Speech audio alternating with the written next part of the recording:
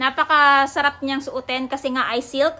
Meron siyang cooling effects. At the same time, pagdating dito, breathable mesh na din. So, hindi kayong parang nasosuffocate kapag suot mo tong balaklava na to. Tapos, ayan, napakanipis lang, smooth sa mukha. At ganito naman pag may helmet na.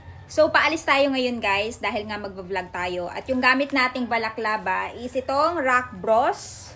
So, nag-order tayo ng Rock Bros balaklava guys dahil ang kinaganda dito sa balaklava na to, ito nga ay naka UPF 50+, meaning isa to sa fabric na may highest rating for sun protection. Kaya ito yung susuotin natin ngayon. Suotin na natin para makita nyo yung ating itsura. Ayan o. O, diba?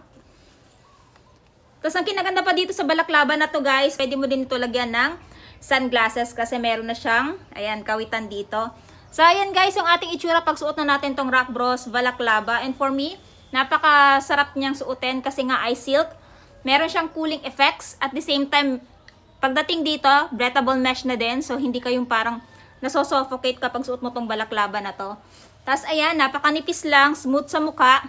At the same time, makakaasa kang safe na safe yung face ninyo from harmful UV rays. Dahil nga meron siyang UPF 50+, highest rating for fabric for sun protection. So, abot hanggang leeg natin guys. So, safe na safe din yung leeg natin dito sa balaklava na to. At ganito naman pag may helmet na. So, kung interested din kayo dito sa ganitong klaseng balaklava guys, i-click nyo lang po yung yellow basket. Ililink ko na lang din po dyan para maka-order na din kayo. Let's go!